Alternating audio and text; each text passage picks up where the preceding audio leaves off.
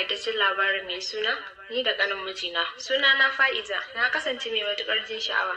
Ni mace ce mai kyau, ga ido, ga hanci, ga jiki smooth, nono na manya-manya masu tsini, ga girma, ga laushi, ga ruwa. Kullum sai na jiƙe da ruwa saboda ni mace ce mai tsananin sha'awa. Kuma gidanmu ba mutane sosai, kullum ina tunanin ya za a yi na samu namiji har ji kamar ni. Ina da wani saurayi amma shi ustaz ne. Kullum in ya zo gidanmu zance ina nuna mishi ni mai sha'awa ce amma bai damu ba, kuma ina son sa yana sona. Wata ran in na yi sha'awa ta kama ni sai na saka riga mai nuna jiki, ga nono na kullum a miƙe suke, suna min zafi. In sun dame ni haka zan sa hannu ina shafa su, ina jin daɗi. Kullum haka nake fama har na samu waya, ina hawa net, ina ganin yadda ake cin duri da romance. Idan ina kallo sai na ji wandona ya jike da ruwa, na yi ta sa hannu ina shafa shi har sai na ji na kawo. Kullum ina cikin wannan yanayi har muka yi aure da Faruk ya kasance mutum ne wanda bai iya biya min bukatata. Idan ya dawo daga aiki nakan nuna masa yadda nake tsananin sha'awa, amma da ya yi sau ɗaya haka zai tashi. Tun ina haƙuri har na nuna masa amma baya iyawa. Idan dare ya yi ya zo gado na baya yi min abin da nake bukata sosai. Kuma na kasance mace mai son yin kiss da shan bobs. Ina so na ji ana sha min nono, ana wasa da duri na, ana yi min fingering, amma shi baya yi min. Kawai ji da ya zo kuma ya cire min kayan bacci haka zai kama ni ya fara zura min gora. Shi kuma da ya fara zai kawo, shi ya yi release, amma lokacin da ya yi release ni kuma a sannan zan ji kamar an fara tayar min da sha'awa. In ya kawo zai sauka sai na rike shi na ce, haba diya don Allah ka ci gaba.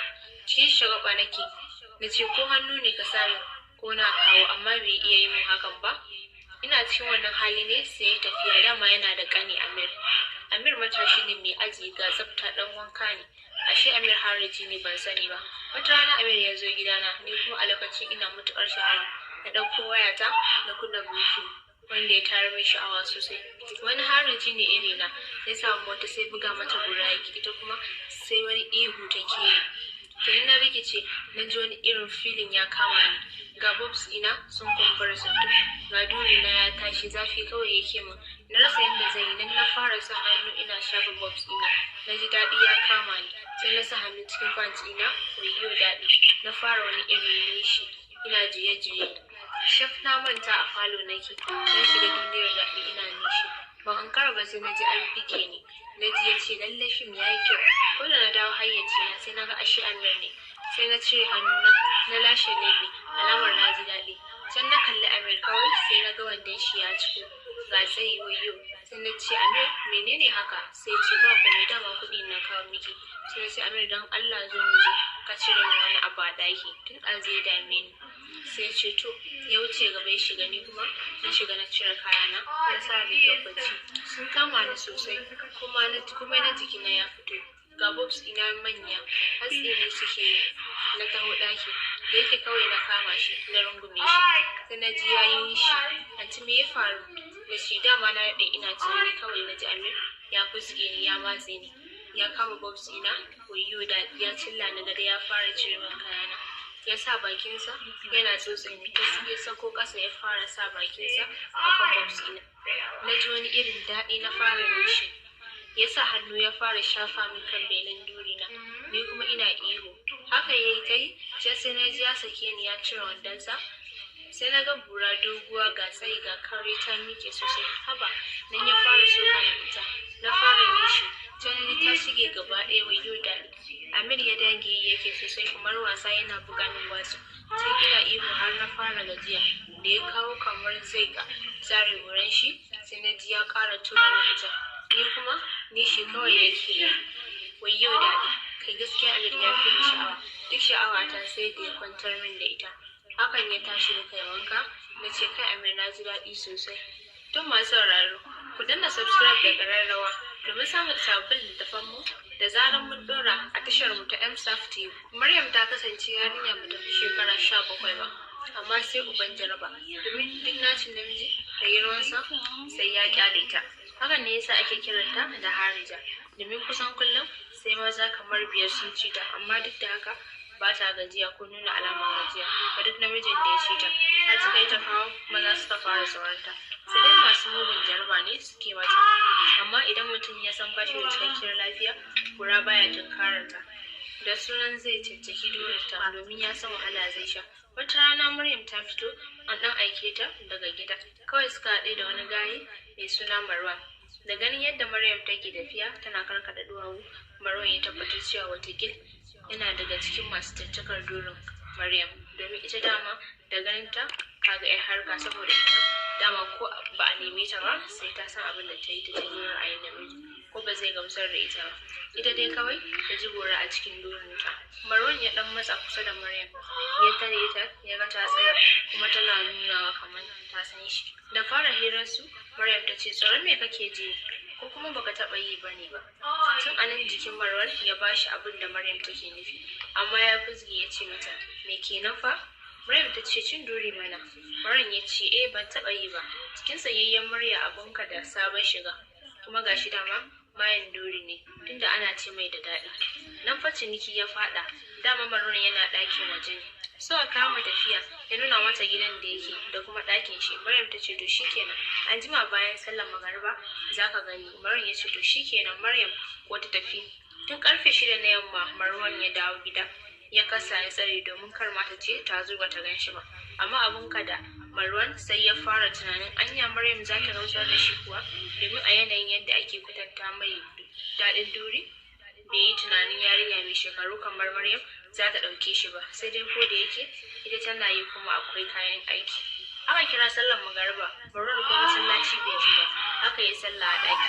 Duk idan kenan ya ji mace ta yi sallama, yana tashi da sauri ya duba, ya ji kamshin turaren Maryam ya fita hancinsa.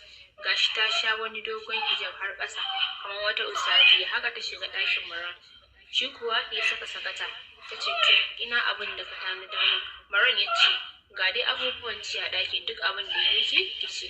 Maryam ta ɗauki fruit kaɗai ta ci. Shi kuwa Marwan zigin shi yana rawa domin kar wani yanzu ya ga wace a ɗakin shi, kuma macen ma irin Maryam. Tana gamawa ta ce ma Marwan, ka shirya?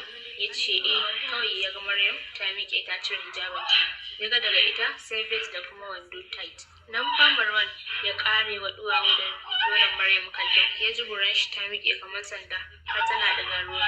Maryam ta matso kusa da Marwan, ta fara goga mai dukiyan kirjinta, tana shafa ƙeyarsa tare da kishin ɗin shi. Nan fa ta ji Marwan shi ma ya fara ɗauko duwawunta yana matsawa. Dama shi akwai son duwawu, sai kuma gashi ya samu haka. Maryam ta cire wa Marwan jallabiya, daga shi sai da jiran wando. Ga buran nan kuwa tana harbawa up and down. Maryam ta tsuguna ta janye wandon ƙasa, ta fara murmura mai bors ɗin shi. A take jikin Marwan ya fara rawa. Tana ganin haka ta zaunar da shi, ta cire kayanta, ta fara wani irin wasa da buransa. Babu abin da yake yi sai nishi, saboda daɗi da Marwan ya ji. Ruwan da burarsa ke fitarwa ya yi yawa, ya yi sauri ya janyo Maryam kan gado, ya hau saman yana lalibar kofar dorinta. Maryam tana ganin haka ta seca masa hanya. Shi kuma Marwan yana jin burar shi a cikin duri, ya fara buga Maryam gwatsu kamar ana yaki. Amma ya ji Maryam tana faɗin wash ash, ka ce ni sosai. Shi kuma Marwan sai ƙara dagewa yake, yana son batu daɗi tare da shan nonon Maryam. Can ta ji Marwan ya fara nuna alamun kawowa, ta ƙara matsin buran shi cikin durinta. Idan kuma Marwan ya fara ihu yana faɗin, za ki kashe ni. Yana kawowa Maryam ta kankame shi, sai da suka kusan minti 15 tukunna ta sake shi, ta ce ya ci gaba. Haka Marwan ya ci gaba da buga gwatso yana faɗin, kin fi komai na duniya daɗi, za ki kashe. Ita kuma Maryam ta kawo ma Marwan gam, domin duk wani abu bai fara jiyar da ita kuma ba. Nan fa ta ga Marwan ya dage amma ba labari, ta juya ta masa gugu ta ce ya ci ta da duwawu. Nan mu haka Marwan ya sa duwawun Maryam yana caccaka, ji kake fas. Haka Marwan ya ƙara kawowa ya kwanta a bayan Maryam kuma wanda ya suma, Maryam ko oho. Da ta idan aka ci gaba da haka gwatsan ma gagara zai yi, ta ce shi ya kwanta ta hau saman shi. Haka Marwan ya kwanta, Maryam ta hau sama tana masa watsu, ta ji Marwan tana ƙoƙarin kwanciya ne. Da Maryam ta ga haka ta ce wa Marwan, ko ka sare ne? Marwan ya ce, gaskiya na ƙure kaina. Maryam ta ce, amma ka ba da maza. Ya ce, idan cika min baki zaki, kuma ina da wanda zai haɗa ki da shi, sai kin ce ba kya so. Maryam ta yi murmushi ta ce, ka kira shi yanzu. Maryam ya ce ba shi da waya, amma gobe ki zo kamar daidai wannan lokacin kika zo yau. Zan haɗa ki da shi. Maryam ta ce, kai dai ka ji kunya. Ya yi shiru bai ce komai ba. Haka Maryam ta shirya ta mayar da zumbule da hijabinta ta bar Marwan a kan gado ya kasa motsi. Ta masu sauraro, ana na kawo ƙarshen wannan labarin. Domin samun ƙaitattun da mu, za ku iya yin sashen channel ɗinmu da ke kan YouTube na MSAP TV. Ku danna subscribe da ƙararrawa.